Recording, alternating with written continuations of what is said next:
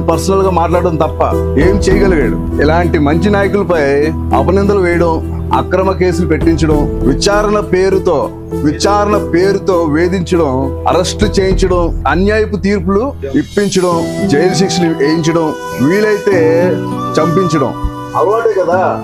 ఎందరిలో చంపేస్తాడు కదా. ఆ నేరాలు కూడా మంచోరి పైకి తోయించడం. నేను ప్రశ్నిస్తున్నా, ఏ మంచి పని అయినా చేశాడా? రైతులకు ఏమైనా కరెంటు నీరు ఏర్పరచాడా? పెట్రోల్ డీజిల్ ధరలు ఏమైనా తగ్గించాడా? రిజిస్ట్రేషన్ ఛార్జీలు ఏమైనా తగ్గించాడా? కరెంట్ ఛార్జీలు ఏమైనా తగ్గించాడా? పేదలకు ఏమైనా ఒక మంచి పని చేశాడా? ఏమైనా చేసుంటే కొన్ని వారి కార్యకర్తలకు, వారి బంధువులకు, వాళ్ళ కమిషన్లకు, కిక్ బ్యాక్లకు, క్విట్ ప్రోలకు చేసాడేమో. చివరకు చిన్న మధ్యతరగతి ప్రజలకు ఉచితంగా లభించే ఇసుక, మునగు వనరులను బ్లాక్ చేసేసి మాఫియాను తయారు చేసి పొలగొట్టమేనా? నేను ప్రశ్నిస్తున్నాను. ఎందుకు ఈ రాష్ట్రానికి ఆయన సీఎం గా